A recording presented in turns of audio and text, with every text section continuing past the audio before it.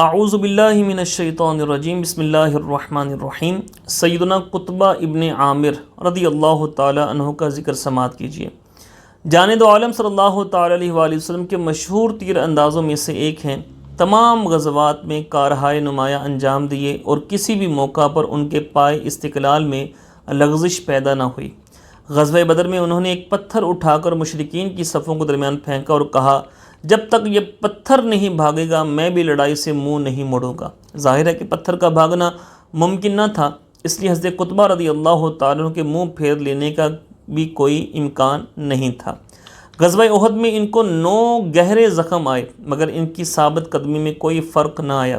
فتح مکہ کے دن بنی سلمہ کا علم انہی کے ہاتھ میں تھا، جسے لہراتے ہوئے فاتحانہ شان سے مکہ میں داخل ہوئے۔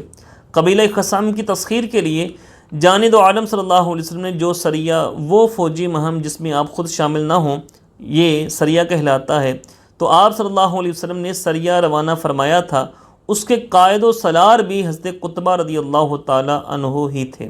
خثعم نے سخت مقابلہ کیا اور خون ریز لڑائی ہوئی، مگر آخر کار مسلمانوں کو اللہ تعالی نے فتح نصیب فرمائی اور مال غنیمت میں اتنے اونٹ اور بکریاں ہاتھ آئیں کہ خمس نکالنے کے بعد بھی ہر غازی کو 4 اونٹ یا 20 بکریاں ملی۔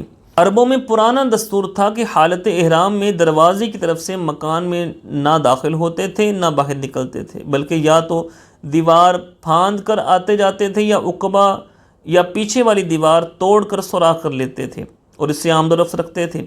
ابتدا میں مسلمان بھی یہ پابندی کیا کرتے تھے اور اس کو نیکی تصور کرتے تھے، البتہ ان رسوم کی قریش زیادہ پرواہ نہیں کرتے تھے، اس لیے ان کو احمس یعنی نڈر کہا جاتا تھا۔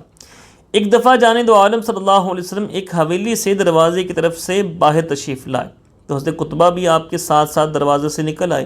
اگرچہ دونوں حالت احرام میں تھے، مگر آپ چونکہ قریشی تھے اس لیے آپ کی سمجھ سے تو کسی کو اچنبھا نہ ہوا، لیکن حضرت قطبہ کی یہ حرکت لوگوں کو ناگوار گزری اور انہوں نے کہا، یا رسول اللہ، قطبہ نے نافرمانی کی ہے اور حالت احرام میں دروازے سے برآمد ہوا ہے۔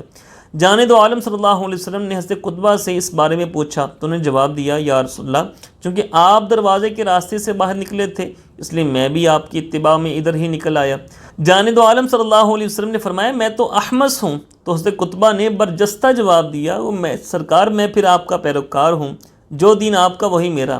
اللہ تعالیٰ کو حضرت قطبہ کا یہ انداز اتباع اتنا پسند آیا کہ اس نے اس رسم کو ہی ختم کر دیا اور حکم دے دیا کہ آئندہ گھروں میں سیدھے راستے سے داخل ہوا کرو۔ وَأْتُوا الْبُيُوتَ مِنْ أَبْوَابِهَا۔ یوں حضرت قطبہ کے طفیل تمام مسلمان اس پابندی سے آزاد ہو گئے۔ حضرت عثمان رضی اللہ تعالیٰ کے دور خلافت میں حضرت قطبہ رضی اللہ تعالیٰ عنہ کا وصال ہوا، رضی اللہ تعالیٰ عنہ۔